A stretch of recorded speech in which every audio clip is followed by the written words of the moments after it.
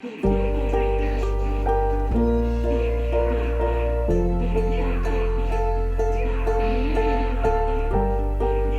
last foster mother I lived with didn't really let me use the stove because she didn't feel like I was ready to use it. I guess she cared about my safety, right? But then again, you know, it could have been helpful for me to be able to use the stove early on so I know how to cook and feel more confident. We gotta go this way. Hi, my name is Troy, and I just staged out of CFS Care.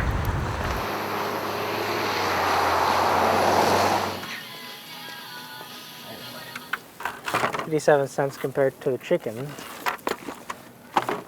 Save 2 cents.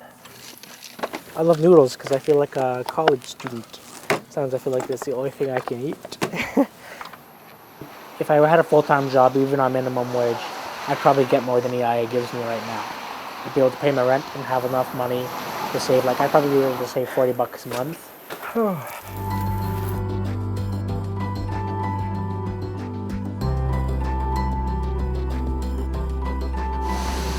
Been looking for a job for a couple years. I've applied for all kinds of stuff, like labor kind of stuff, working at retail stores, clerking, you know, like doing like stocking shelves and stuff. I mean, looking for work is stressful in itself for me. Sometimes I just go home and take a nap, just to forget about it for a while. That wind is just brutal. Youth Employment Services on the 6th floor, 614. All right. We'll wait. We'll wait for that guy to go up.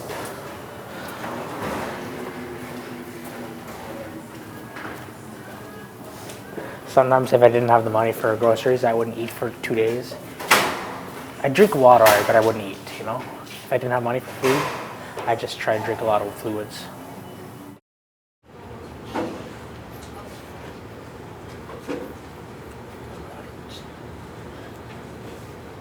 Since high school, I've been doing a lot of volunteering. Great. That'll be good for your resume then. Yeah. Okay, I'm Charity Leonard. I'm the Executive Director at Youth Employment Services.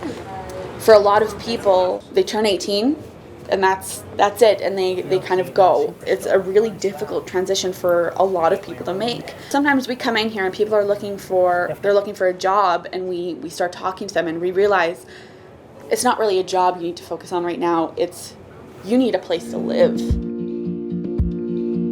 I was brought into CFS Care when I was about 10 months old. My pediatrician when I was a kid said I had some form of autism. I got FASD, trying to think of the other ones.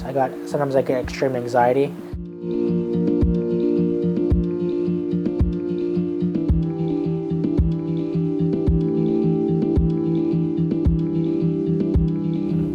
That house right there, the corner right there, the greenhouse right there, that's the house I lived at right there.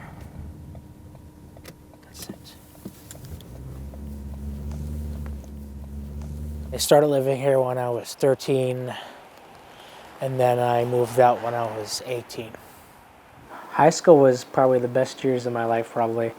I even got an award at grad at my convocation. I went to Dakota Collegiate to certify that I graduated high school. I'll never forget when I graduated. At the end of my grad, my first foster mother was there. My second foster mother was there. My social worker was there.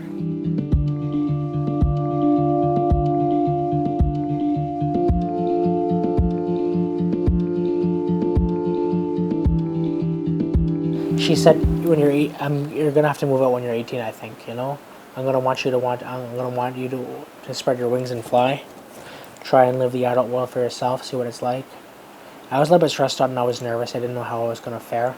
Most days I'd wake up with scratch marches, or like an eye that was bloody or something like that, or a black eye sometimes.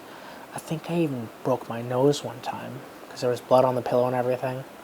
I guess I'd be attacking myself in my sleep, and then a psychiatric doctor said they thought it was brought on because of the stress of having to leave, right?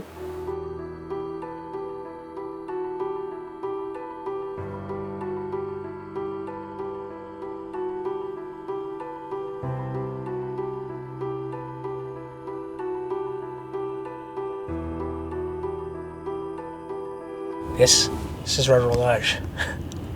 This is kind of the place where I wouldn't say I had some of the probably say some of the worst, I guess. You know, it wasn't the best place to live. CFS had to put me in here because it was the only place. Because when I was leaving the HSC, the doctors there gave them a timeline to find me a place to stay. They were going to kick me out. I mean, I met Nyomie here. That's a blessing. I met her and I saw her cats, right? And I was like, oh, yeah. Can I meet you? Can I pet your cats? And then that's how we got our start as friends, you know? When we met and started becoming friends, it was like also Bev, the one that ran the lodge, also had part to play. She's like, you guys should hang out, and she's like, keep an eye on him, go help him. But most of the time we usually watch TV and talk and stuff, and I usually hang out with the cats and stuff. I find that he's becoming a fine young gentleman compared to like when we first met. So I see like a lot of maturity and growth and all that, and like it's been amazing just watching him become that adult. To me, he's energetic, wanting to do things, wants to work and be in the workforce, and just be independent. So during the interview, your body language is very important. Rolls. Yes. Yeah. Like this. You do remember. Yeah.